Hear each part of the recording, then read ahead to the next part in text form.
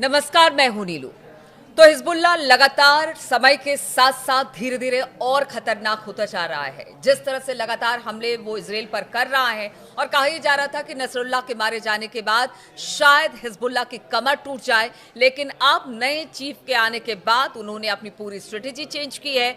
हमले लगातार इजराइल पर हो रहे हैं और वो भी बड़े हमले हो रहे हैं। किस तरह के प्लान के साथ इस वक्त हिजबुल्लाह तैयार है, बातचीत करने के लिए मयंक मेरे साथ है। मयंक, हमने देखा कि जब नसरुल्लाह की मौत हुई तो कहा यह गया कि बहुत ज्यादा डैमेज हिजबुल्लाह को हुआ है। अब यहां से हिजबुल्लाह का उठना थोड़ा मुश्किल है, लेकिन एक बार फिर से हिजबुल्लाह उठा और इस बार इतने ताकतवर तरीके से कह सकते हैं कि हमले कर रहा है इजराइल पर, जिसकी किसी ने उम्मीद नहीं की थी। यानी ताबड़तोड़ हमले इजराइल पर हिजबुल्लाह की तरफ से। आप बिल्कुल ठीक कह रहे हो। ना सिर्फ इजराइल नेतन्याहू गवर्नमेंट, इजराइल की सरकार, बल्कि आईडीएफ इजराइल की जो सेना है वो भी इस बात को लेकर हैरान है कि हिजबुल्लाह की तरफ से इतना सब होने के बाद भी इतने तेज हमले कैसे हो रहे हैं।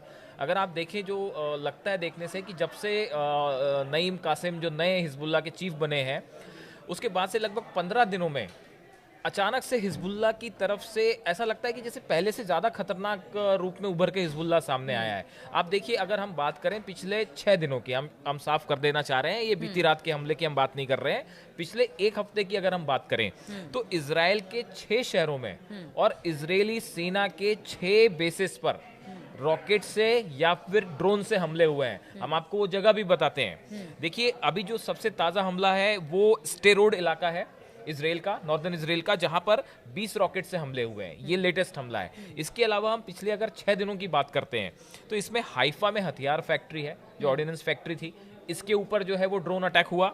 आप अल रामता जो मिलिट्री बेस है वहां पे रॉकेट और ड्रोन दोनों से हमले हुए हैं।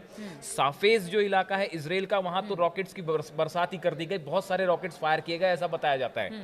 वैसी नहारिया इलाका जो है, वहां पे कई इलाकों में जो है लगातार सायरन बज रहे हैं और वहां से कई जगह पे रॉकेट्स गिरने के बाद धुआं निकलने की तस्वीरें भी सामने आई हैं। तो देखिए, इजराइल की तरफ से तो कहा जा रहा है कि हमले को हम नाकाम कर रहे हैं, लेकिन कई जगह से आग लगने और धुआं की जो तस्वीरें हैं वो भी सामने आई हैं और हिजबुल्लाह का दावा है कि हम लगातार हमले कर रहे हैं जिससे नुकसान हो रहा है। देखिए, नहारिया, साफेज और हाइफा, ये तीन जगह ऐसी हैं जहां पे तो इमरजेंसी लगा दी गई है और यहाँ पे लगातार सायरन बज रहे हैं और जो यहाँ के रहने वाले लोग हैं उनको अलर्ट मोड में रखा गया है कि जैसी सायरन बजता है आप फौरन बंकर्स में चले जाइए। तो ये हालात बिल्कुल वैसे ही हैं जब नसरल्ला की मौत के पहले हिजबुल्लाह जिस तरह से हमले कर रहा था, वैसी हालात अब भी बने हुए हैं। तो ये ना सिर्फ इजराइल के लिए बल्कि आईडीएफ के लिए, बल्कि सबके लिए ये एक बड़ा मुद्दा है कि आखिर हिजबुल्लाह, कहाँ तो दावे हो रहे थे कि हिजबुल्लाह पूरा खत्म हो जाएगा, नसरल्लाह, उसके बाद उनके डिप्टी चीफ, जितने उनके बड़े कमांडर्स थे सब मारे गए।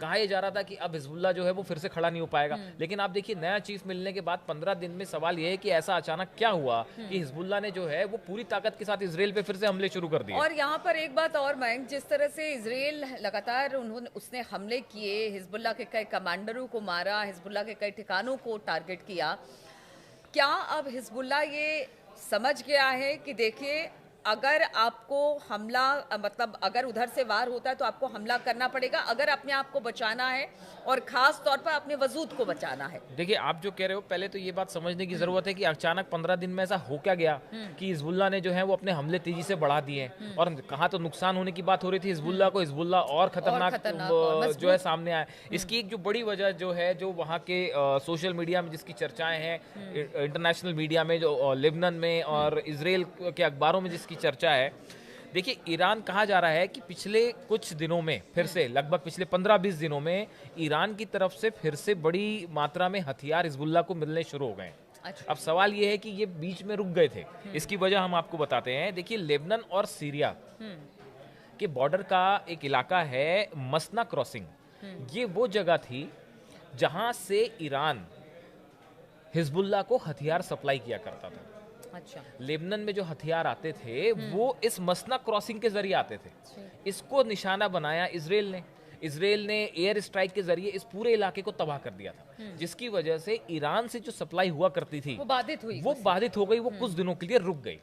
लेकिन जब से ये नईम कासिम नए चीफ बने हिजबुल्लाह के, इन्होंने जो पहला काम किया, सबसे पहला काम नईम कासिम का कहा जा रहा है जो था, वो इन्होंने ये मसना क्रॉसिंग तबाह होने के बाद एक नया रूट खोजा जिसके जरिए ये हथियारों की सप्लाई होती रहे। अच्छा। इन्होंने क्या किया कि इसी बॉर्डर से थोड़ा सा पहले मयादा अल जबादनी रूट एक कहा जाता है, जो कि इजराइल और लेबनान को जोड़ने का काम करता है।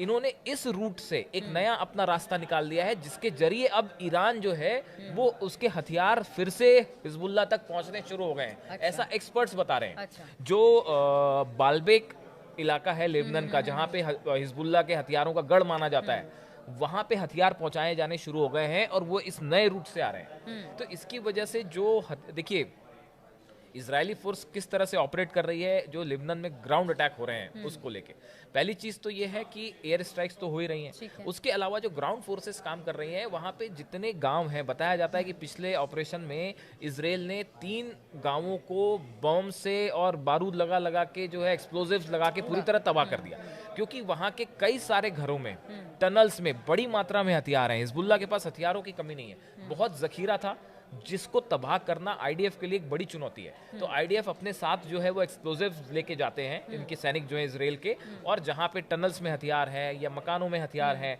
वहां पे एक्सप्लोजिव्स के जरिए उसको उन अड्डों को तबाह किया जा रहा है। तो आईडीएफ की तरफ से लगातार ये काम हो रहा है कि किस तरह से हिजबुल्लाह के हथियारों को तबाह किया जाए।